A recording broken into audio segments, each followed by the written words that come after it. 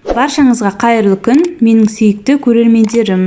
Менің каналыма қош келдіңіздер. Видеоны соңына дейін көруге кеңес беремін, өйткені бүгін сіздерге қазанның қақпағында пісетін кереметтей тандыр нан секілді болып шығатын қазан нанның жасалу жолымен бөлісетін боламын. Дәмі өте керемет болып шығады. Сіздер де жасап көріңіздер, бір жасағаннан шығады. Құрамын толықтай описание бөліміне жазып кететін боламын. Ең әуелі бізге жылы су, жылы сүт, тұз, шекер, майонез, дрож және ұн қажет болады. Барлық құрамды салып, жақсылап тұрып араластырып аламыз да, ең соңында ұн қосып, сәл қатылай өтіп нан басамыз. Нан басып болғаннан кейін бетін жауып, жылы жерге 1-1,5 сағатқа қойып қоямыз. Қыздар, тағы да айта кетейін, каналыма тіркелмеген болсаңыз, подписаться батырмасын басып, қасында оң жағында тұрған колокольчикті басып, менің апта сайын шығып отыратын пайдалы видеоларымнан қалып қоймаңыз. Барымша сіздерге оңай әрі пайдалы рецепттерді салып отырамын.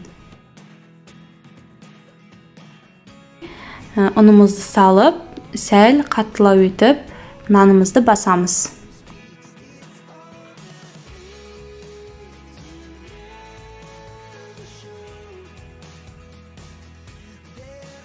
Алдын ала қазанымызды газға қойып, осылай қыздырып аламыз. Және газдың екінші шетіне қазанымыздың қақпағын осылай қыздырып дайындап қоямыз.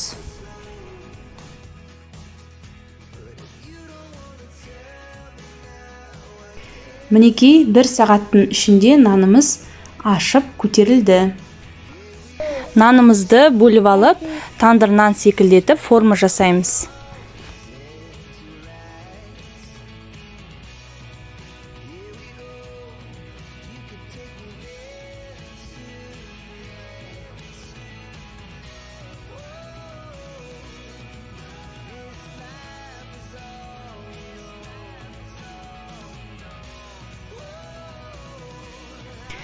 Мінекей нанның ортасын вилкамен немесе нан ұрғышпен әдемілеп қойсаңыздар болады. Ендігі кезекте бізге жұмыртқа қажет болады. Жұмыртқаның ақ уызын сары уызынан бөліп алып, ақ уызды біздер қазір нанның сыртына жағатын боламыз.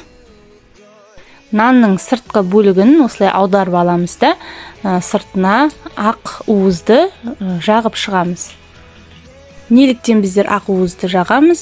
Өйткені нанымыз қазанның жаңағы қақпағынан түсіп қалмас үшін, дұрыс жабысып, әдемі пісу үшін қажет.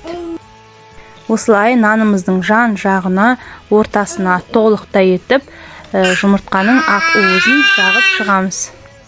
Ал жұмыртқаның сарысын нанның беткі қабатына жағып шығамыз. Өз қалауыңызша күнжут немесе макты сеуіп шығуға болады.